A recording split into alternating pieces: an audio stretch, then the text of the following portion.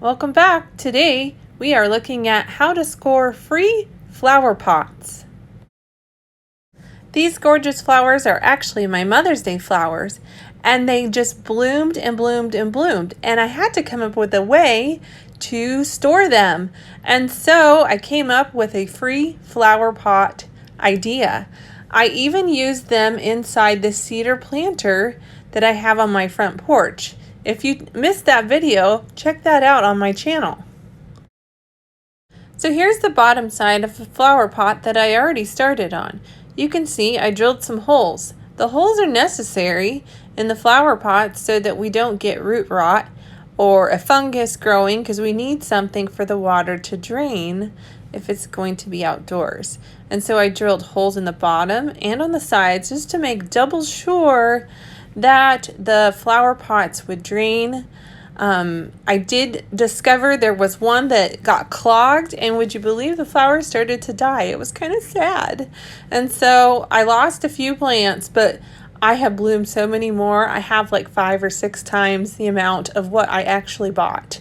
And so I'm going to show you simply how to make some free flower pots. So you might be asking, where can I find these? Well, check your local florist or your local Dillon's or Kroger stores or any place that does flowers, because guess what? They get tons of these, as well as some small pallets. When they get their flower orders in, they have all these buckets, and a lot of times they throw them away. And they actually make really great flower pots. And I would imagine, like me, if you would ask nicely, that they would probably just give them to you because they're going in the trash anyway. And so it's a good way to help out the environment and to get something free for nothing with just a little bit of work with your drill. So as you can see here, I started with a drill bit, and you are just holding down tight and making sure you don't slip and hit your finger, and you're going to drill through, and it'll make a little bit of a mess, but it's okay. You can easily clean that up. And so you're just going to repeat the process by drilling holes. I found out that I made a certain pattern, and I thought that looked best.